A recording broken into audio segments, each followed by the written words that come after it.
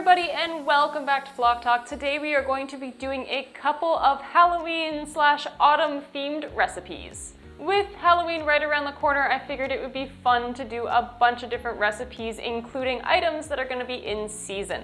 There are a lot of benefits to using vegetables that are in season, not only for the fact that seasonal items are great enrichment because they're new, they're something the bird doesn't see very often, but also just because fruits that are naturally in season tend to be a little bit more nutrient dense than some of the ones that are grown out of season. So let's hop on into the kitchen and have some fun with it. Recipe number one is very simple. It is only one ingredient, and that is baby dried corn. Now these are very much a seasonal item, but you can also find them already in pet stores marketed towards birds. They'll just come like this instead. They will not have the big husks hanging off the back side of them. That is the only main difference between them. They still come in all sorts of fun colors. It doesn't really matter. They will all end up looking the same in the end. But you can find these prepackaged in pet stores already marketed towards birds. However, this time of year, you'll usually find them like this in the grocery store because they want you to use them to like decorate your table and things. But you can still very much use them for your bird, provided that there's nothing weird added on them. Always double check the packaging that they come in, make sure there's no coatings or things they aren't supposed to just be ornamental. Double check all of those things before you consider actually feeding it to your bird. So for this recipe, we are going to simply take a bowl and pop one of our corn cobs into it and gently place a paper towel over top of the bowl. We're gonna go ahead, take this and move it into the microwave. So we're just gonna take our bowl with the corn cob in it and place it nice into the center of the microwave with the paper towel on top. I'm gonna kind of take the edges and pin it underneath the bowl, just so that way it stays in place. We are now gonna go ahead and just microwave this for 2 minutes.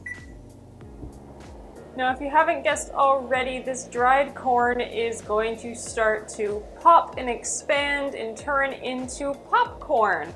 And because it is these teeny tiny little kernels that are significantly smaller than your standard popcorn kernels, these are going to be itty bitty tiny little bird-sized popcorn pieces. All the paper towel is going to be doing is holding all of the popcorn in place, so as it pops, it will pop into that paper towel and fall back into the bowl. If you microwave it without the paper towel there, the popcorn's just going to go everywhere inside the microwave, and it will be a very nasty mess that you have to try and clean up later. Obviously, do be careful when you pull your popcorn out. It is going to be quite hot. So we're just going to pull the popcorn out of the microwave and let it rest for a bit. It will be extremely hot. The bowl will be extremely hot. So just be cautious with it. We're just going to let it cool down because you don't want your birds to accidentally burn themselves on your extremely piping hot popcorn. So we're just going to let it sit until it's cool enough to touch. So what you'll be left with is a little cob here that has popcorn popped all the way around it. You can just put this into their cage or hang it off of something and leave it just like that, as well as a bunch of teeny tiny little popped popcorns. They are oh so cute. They are the tiniest little popcorns. I just love them. They're so tiny. Look how tiny. He's just so cute.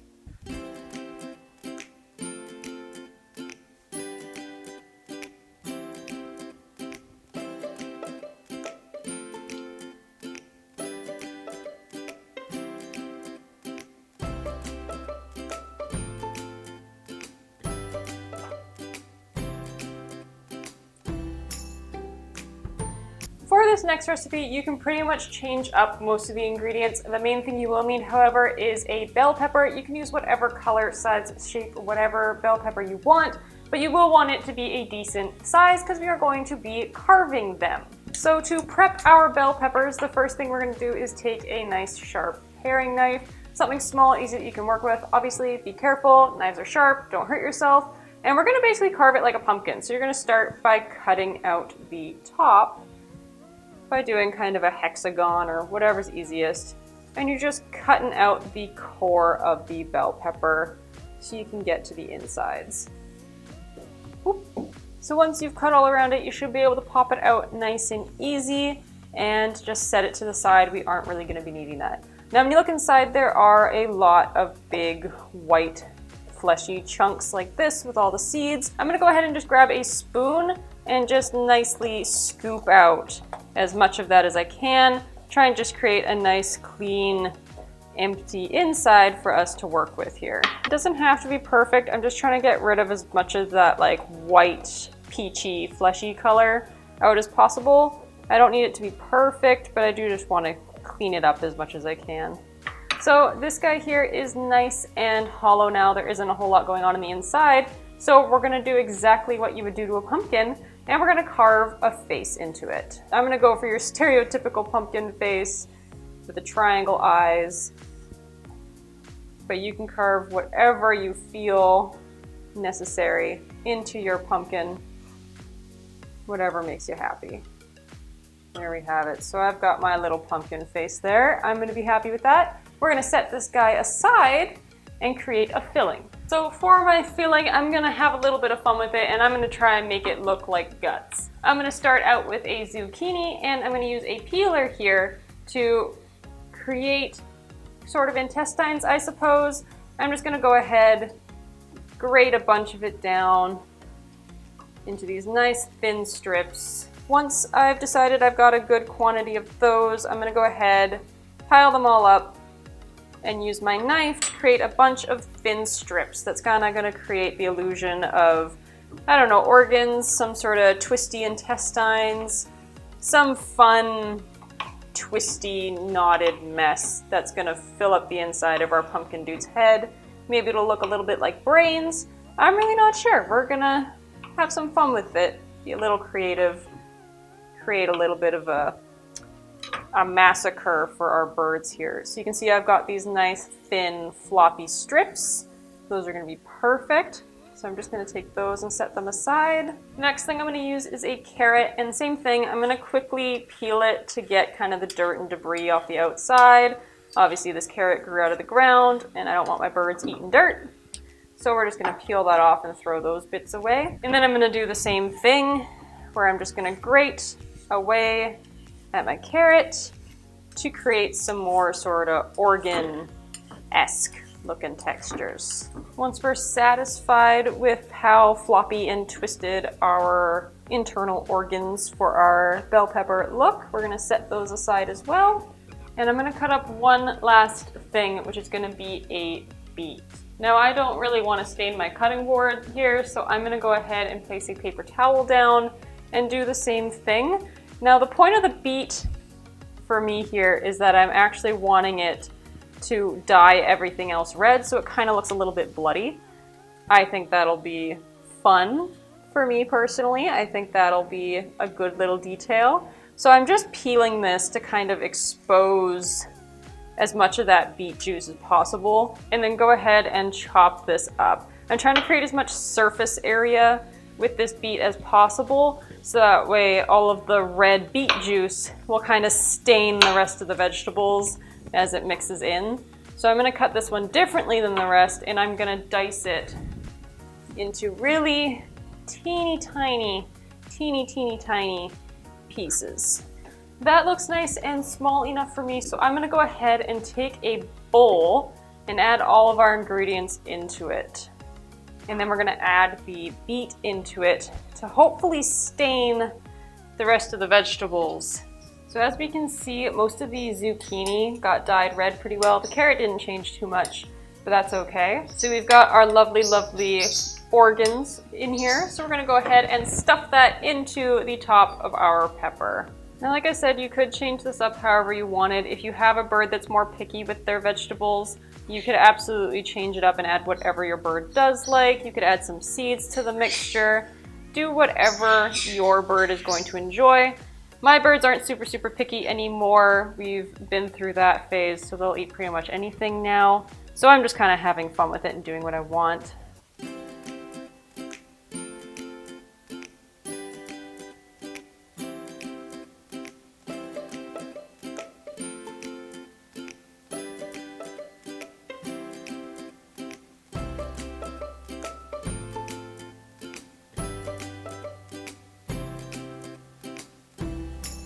For our final recipe of the day, you are going to need a pumpkin or some other form of squash. I have a little butternut squash here, which I have already chopped open because I was using it for the bird's chop. What we're going to be using out of these today is just the seeds. That's all we're going to be using. Now when it comes to birds, you can absolutely just give them the seeds raw. You can serve the entire thing to them just as is. I would just make sure to wash the outside. But just because we're doing recipes today and we're having a bit of fun, I'm going to go ahead and roast these. Roasting seeds gives them a bit of a different texture. As is, the seeds are pretty slimy, which can be off-putting for some birds. Other ones will absolutely enjoy it.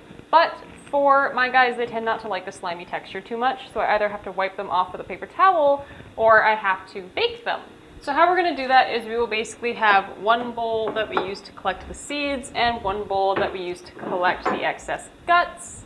We're going to go ahead with our handy dandy spoon and we're just going to scoop the insides out, sort of separating everything the best that we can. If you have chunks with lots of seeds, put it in the seed bowl. If you have a chunk that's just guts, put it in the gut bowl, etc. So there's that one done.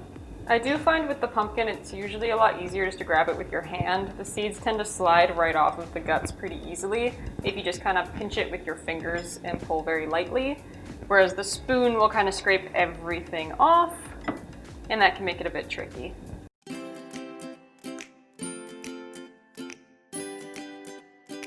Alright, so I'm just going to go with that. I think that's a good amount of seeds for my birds. I won't need a whole ton more. So because I am me and I like giving my birds as much option as possible, I'm going to take some of these seeds that are raw and just set them aside. I do like to give my birds the option of having some raw seeds, just to give them something new to choose from, give them a little bit of variety. If they decide they want to try it, they can. So that way they're not having to have them cooked all the time.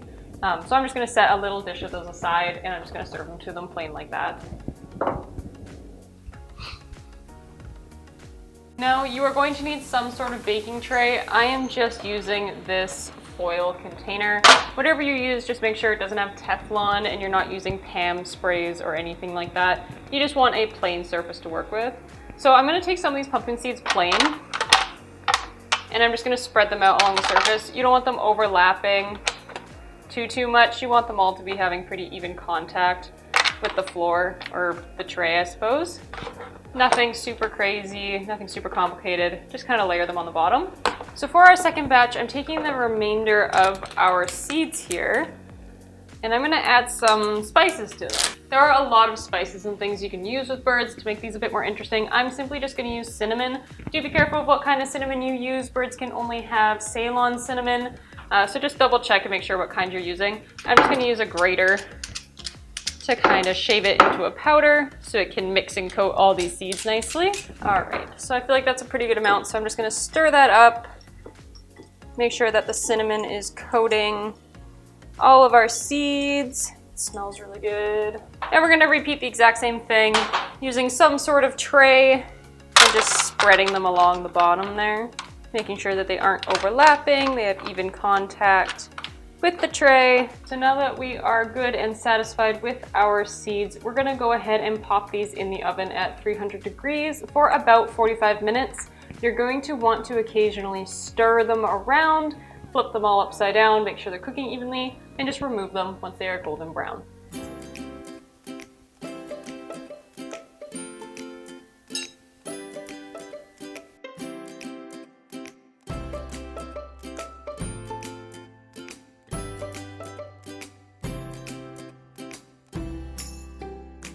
I had a lot of fun with this one. I love being creative and just playing around with weird seasonal things and making little gimmicky cute items that go along with the holidays. I really enjoyed this, especially carving out the bell pepper. I don't know, I honestly get more fun out of it than the birds do a lot of the time. But that being said, I hope that you have as much fun making these recipes as I did, and I hope that your birds enjoy them and take to them as well as mine do. Thank you guys so much for joining me here today, and I will see you all in the next one. Bye.